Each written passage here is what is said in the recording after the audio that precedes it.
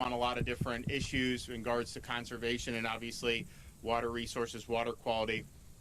Just wanted to say a couple things about some unrelated topics. One is, as many of you know, last week I called on President Biden to assist the people of Cuba with restoring internet connectivity in the island. Once these demonstrations started, the regime, I think understandably, recognized that for what it was. It was really a mortal threat to its existence because these folks were protesting the existence of the regime in Havana. And so they went to crack down on connectivity and shut down the internet. That obviously made it much more difficult for Cubans who are seeking freedom to converse with one another, and then it was much more difficult to beam the images of what was going on to the outside world. So we in the United States have the capability to help provide the connectivity that I think would be essential in exposing the truth and really holding the regime accountable. We have not yet received a response to the letter I wrote last week, and so we think that time is of the essence. We would like to see, obviously, a response, but we'd like to see a positive response. We think it would make a big difference given the situation that's going on down there.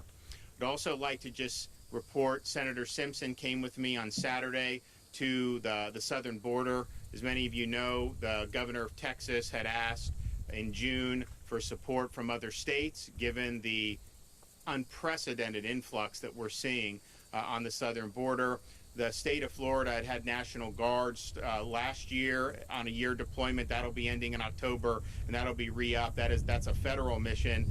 This was basically mutual aid from states, and I knew, having spoken with a lot of folks throughout the state of Florida, particularly our rural sheriffs, just how much the methamphetamine influx from the border is affecting these rural communities in particular. And sure enough, you're seeing unprecedented amounts of narcotics being brought across the border. So we knew that going in. We also knew that unfortunately there would be a lot of criminal aliens that would be coming across the border, some apprehended and released by the Biden administration, some not apprehended because they can't, they're not going to be able to catch, the state of Texas can't catch every single person. And sure enough, that's been a big problem. But the thing that I think, having been there, that I was most surprised about is we sent about 50 law enforcement, state law enforcement personnel.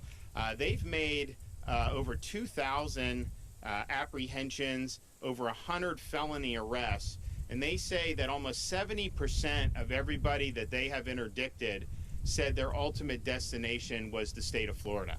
So if you think that having a wide open border, 1,000 miles, 15, however far it was away, doesn't affect here, you're wrong. And these folks are telling us, and these are not just people coming from Mexico, Mexican citizens. They're coming from, they've cataloged over 100 different countries of people that are coming through. So I think the word is out that the U.S. isn't going to defend its border. People are flooding in to try to get in. Obviously the narcotics, obviously the criminal activity and the criminal aliens, but just the sheer number of people, if you have a huge percentage that are going to try to come to Florida, and I think Biden is paying for tickets on buses and flying folks around, that's going to have a huge impact on community services, on education, on health care. It's going to affect taxpayers to a huge extent. So the policy there needs to change. They need to reinstitute the Remain in Mexico policy. They need to stop inviting so many folks coming in from all over the world, really, illegally. That's not good policy, and I think if they just restored the pre-January 20th policies, I think it would turn around very quickly. That said, this is absolutely something that's going to affect communities throughout the country, and alarmingly, Florida may be one of, if not the most affected state, given how these migrants, the illegal migrants, were reporting to our guys. Now, our guys are in the Del Rio sector. That's different from McAllen and Brownsville and some of those areas. There is more narcotics going through the McAllen than there is in the Del Rio. The Del Rio seem to have a lot of people coming who were not from Mexico originally. They're from all these other countries. So our guys are doing a good job. It's an important mission. I think they've had a positive impact, but the scale of the problem is so enormous, and having been there and seen it, you see it just being wide open. And so you can't have, Texas is going to end up hitting 1 million illegal border crossers just in Texas very soon, by the end of the fiscal year for sure. But really, you didn't see it ramp up till actually after January 20th. So I bet you the calendar year of 2021 will be probably the biggest on record by a long shot. So it's a really, really significant issue. So we're calling on Joe Biden to help the people of Cuba, and then we're calling on Joe Biden to secure this border and protect the American people. And with that, I'll take a few questions. The people of Pinellas County are looking to you for help on red tide. Is there anything more that they can do? So we've been engaged in this from the beginning. We did a roundtable in June. We brought the scientists together. They were explaining what we were looking at and then what the state is able to do in response. So we've put millions of dollars to work down there to assist with mitigation, and we'll continue to do that. One of the things I did when I became governor was I reinstituted the Red Tide Task Force, which had been dormant for 15 years.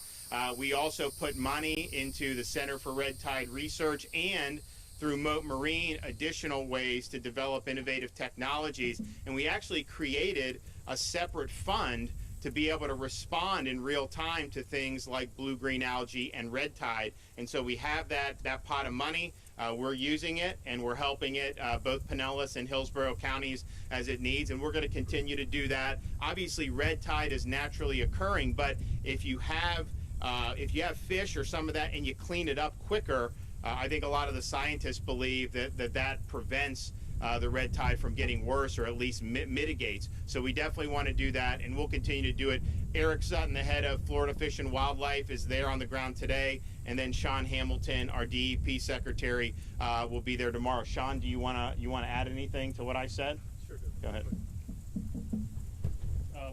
One of the things I just want to add is there's a lot of direct coordination that's happening with those who are on the front lines, and we'll continue to do that. I think it's important to make sure they know that they have a connection to the highest level of the department, to make sure there are no unanswered questions. And I think to the governor's point, we've been involved since day one, securing funding avenues, and we'll continue to do that. I'll head down there this week, and you should expect a heavy presence to make sure the coordination continues and make sure they understand that we're there for them today and tomorrow. So that's the only thing. Governor, what's I told them, I said, look, we got this fund since I've been governor. Use it. I mean, this is why we need it. If we have a algae bloom in Lake Okeechobee, we've sent people there to help to mitigate that. If you have a red tide, whatever you can do to mitigate, in this case the cleanup is probably the most effective thing. Use it. And so I told Sean, put all hands on deck. You know, the fishermen, they go out there. I mean, it's brutal, especially how intense it is in some of those areas. And then it has obviously impact on local economy and all that stuff. And so I think it's absolutely something that this is why we got that money in the first place, because we want to be able to respond with full force. And so we're doing that. Sean's been working with the locals in both counties, primarily Pinellas, and he's going to be back on the ground. And I told those guys, maintain a continuous presence down there. Unfortunately, this thing doesn't just leave, so we're going to have to deal with this. And so just be prepared to do that and make sure that we're sending the funding where we need to go. Governor, Florida's leading the state right now, or one of the states leading with COVID-19 cases. The majority are unvaccinated. So how are you and state health officials, encouraging people to go get vaccinated? Well, I think it's important. Your question raised an important point in terms of what we've seen in the last really couple months. Obviously, in July, which I told people months ago, we would see higher prevalence because it's a seasonal virus, and this is the seasonal pattern that it follows in the Sun Belt states, particularly in Florida. If you are vaccinated, though, the number of people that end up hospitalized is almost zero. It's incredibly low. So I think there's some misinformation out there where someone will say, oh, these people were vaccinated and they tested positive. Understand, a positive test is not a clinical diagnosis of illness. And so if you're vaccinated and you test positive but you don't get sick, well, the name of the game is to keep people out of the hospital. And I think that the folks that have done that, and we're proud of our Seniors First strategy. We've done about 85% of our seniors in Florida have gotten shots.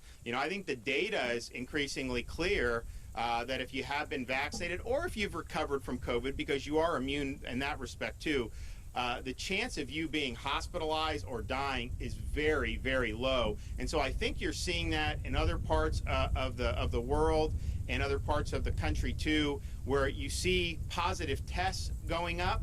But like in the United Kingdom, for example, they have huge increase in positive tests, but their hospital census and mortality is not following suit. I mean, it may go up a little, but it is not surging like it would have over a year ago. And so I think that we have 3 vaccines available. Anyone, any adult can get it at pharmacies, health departments, you name it. Very easy to get, very quick process, and that's available. We also, you know, if somebody ends up hospitalized, we have much better treatments, such as some of the drips that you can do compared to where we were last summer. Last summer, the number one thing we were sending was this remdesivir. I mean, honestly, I don't think remdesivir ended up being helpful. At least there's not a lot of data to support it. I do think the data for somebody that gets infected, particularly if you're in a high-risk group, for getting one of these monoclonal antibodies, I think the data has been very, very positive on that. And so obviously the best way is to get the protection beforehand. But if you do find yourself infected, you know, please consult your doctor, especially if you're in a higher risk age group, because there are much more effective ways to mitigate the impact. And I just close by saying, you know, as I said this a couple months ago, you know, these things have a pattern. We saw the pattern last summer. It's similar. I think it started a little later. And so people should just be prepared for that. And as we get into the next month, August and stuff, I think you'll start to see it go in a different direction. But that's just the way this thing is done. It's had a pretty consistent life cycle.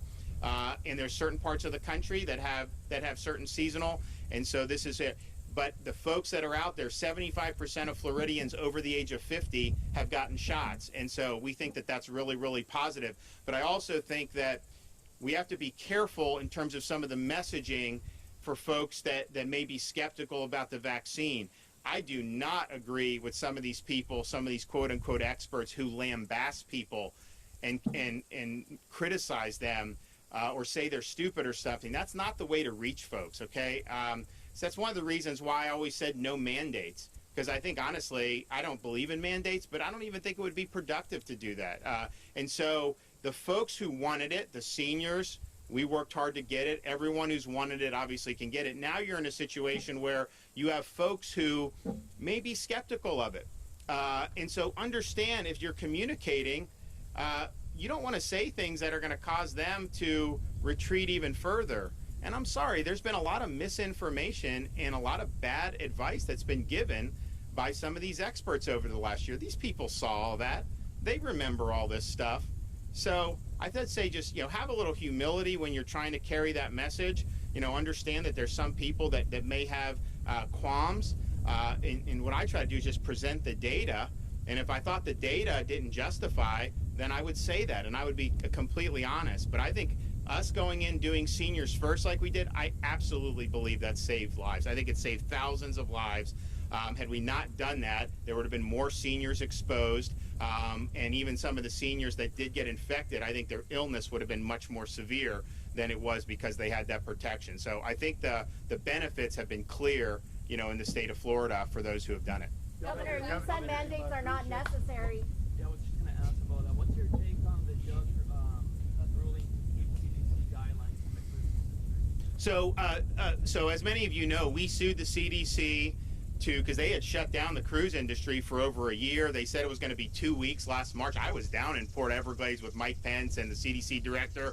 It was supposed to be a temporary thing so that we could kind of make sure people had supplies and all this other stuff.